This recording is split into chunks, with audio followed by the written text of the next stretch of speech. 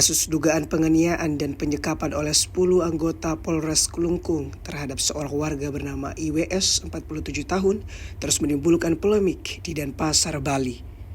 Kejadian tragis ini dimulai ketika IWS ditangkap atas dugaan keterlibatannya dalam kasus kepemilikan kendaraan bodong pada akhir Mei lalu. Diketahui korban yang sebelumnya telah membuat laporan resmi ke Polda Bali pada 29 Mei 2024 mengklaim bahwa proses penangkapannya tidak hanya melibatkan penahanan biasa, tetapi juga serangkaian tindakan kekerasan yang brutal. Menurut Reski Pratiwi, Direktur Lembaga Bantuan Hukum atau LBH Bali, korban telah mengalami penganiayaan fisik yang mengakibatkan luka parah, termasuk pecahnya gendang telinga. Kabar mengenai insiden ini pertama kali mencuat setelah IWS mengadukan kejadian tersebut ke LBH Bali, yang kemudian menghubungi Polda Bali untuk melakukan penyelidikan lebih lanjut. Namun Pratiwi juga menyayangkan bahwa petugas Sentral Pengaturan Kepolisian Terpadu atau SPKT Polda Bali awalnya mengarahkan laporan ini pada 352 KUHP tentang penganiayaan ringan yang menurutnya tidak mencerminkan keparahan kasus ini.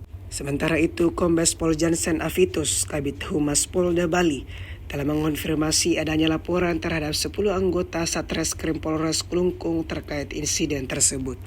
Meskipun demikian, Avitus menegaskan bahwa tuduhan penganiayaan dan penyekapan terhadap IWS adalah tidak benar.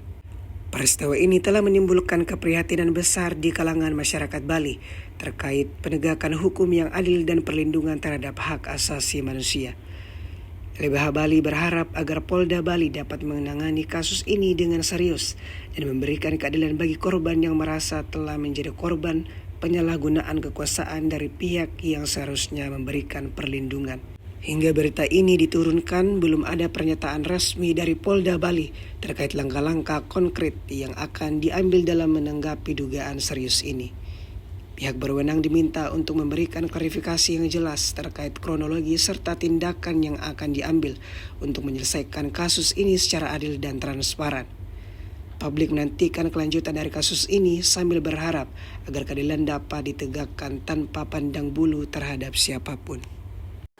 Kejadian ini dialami oleh korban pada tanggal 26 hingga 28 Juli berupa serangkaian penyiksaan, penyekapan dari tanggal 26 sampai 28 dan termasuk juga tindakan pelanggaran prosedur.